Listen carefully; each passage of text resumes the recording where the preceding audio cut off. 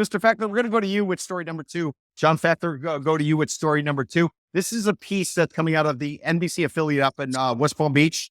It's called WPTV. WPTV. I'm going to read you the headline and read you the first couple graphs, Mr. Fakler. Then I want you to respond. Headline: Some Florida residents departing state in search of lower cost of living, better quality of life. First couple graphs. Some Florida residents told WPTV they're not looking back as they head north on Interstate 95 and Interstate 75 in search of a new home state. Many said they're looking for a better quality of life that includes more affordable options following a surge in housing and insurance costs in the Sunshine State. Sasha Beneman and her family recently left Florida for South Carolina. And this is the quote from Sasha. She says, "It was being flooded by people from elsewhere, and I thought that the vibe was just a little bit different than it had been in the past," Beneman said. "I just wanted something different for my family." New Census Bureau data shows that residents from New York, California, and New Jersey top the list of out-of-staters moving into Florida. However, there are a number of Floridians saying farewell, heading to states like Georgia, Texas, and North Carolina. Mr. Fakler, you've been here since the 1980s. Is this just a push-pull? We always hear about 1,000 people a day moving to Florida, but then there's obviously those people who are leaving. What do you make of this story? Anything different, or is this just a normal evolution of the demographics of the Tri-County South Florida region? Yeah, this is, at first it reminded me of the typical cycles that we go through, but there are a couple of different elements involved here, which I thought were really interesting. Okay. What's happening, normally you would have the New Yorkers and the Chicagoans come down to Miami, and then if they didn't like it, when I first came down, I actually came down and went back to New York, my first trip down here. So that was kind of typical. But now what's happening is they have this new phenomenon called halfwayers, where they come down and they decide, okay, we don't like it here, we're going to go back, but then they stop somewhere in the Carolinas, somewhere halfway home. And because of the cost of living is better, the housing is cheaper, it's a better schools. I mean, it's better for young families. So it's very attractive. But the other element that I took away from this was, and this was the kicker of the story, was that those who want to come back, they leave and they decide, I want to come back to Miami. I want to come back to South Florida. There's a barrier to reentry because the prices now are so high. Sometimes they're double what they paid when they left. So now they have no way to afford to reside in South Florida. So once you leave, you're kind of screwed.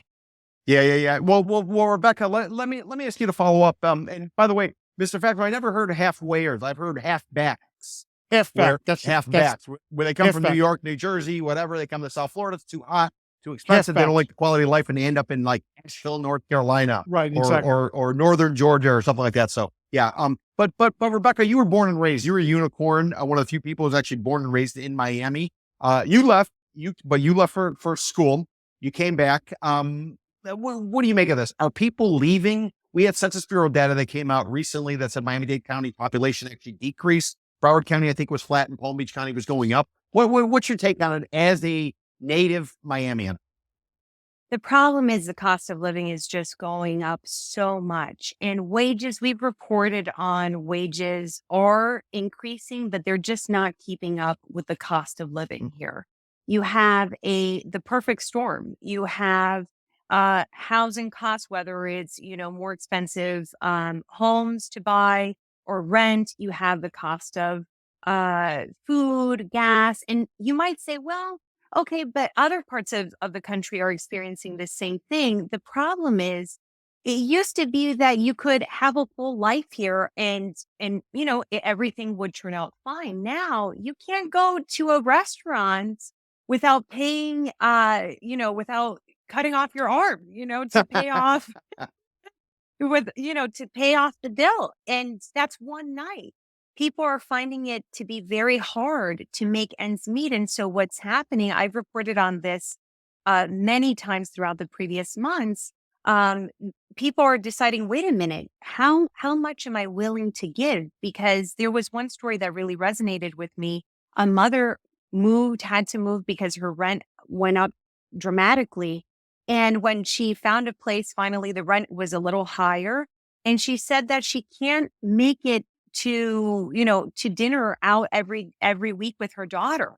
Or she can't take her daughter out to have a nice time. And that's she's worried that's gonna, influence her, the memories she's making with her child. So it's starting to impact people's quality of life. And that's why many are leaving. And going to your point, you're absolutely right. Miami-Dade County saw the biggest population decline during the census study. We reported in a story that I published over the summer, So Long Paradise, about 28,000 people left in Miami-Dade County. They left Nets. yes, they left. And Broward County gained a population about 27,000. Palm Beach County, same thing, gained about 27,000.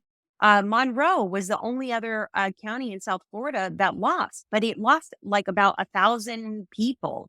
So it's really, and in that reporting, I learned cost of living, poor urban planning. People are sick and tired of like noise pollution and poor public transit. That's what's forcing out a lot of people. Yeah, I just wanted to add that there was something noticeable that was missing from the story. And it was actually one of the reasons why I considered to maybe relocating. And that was the brutal summer that we had this past summer. The temperatures were in the hundreds. I don't know if people remember. And I mean, I've been down here 30 years. I don't remember a summer that was as hot as this summer. Another reason for people to leave, to want to leave, and it wasn't in the story.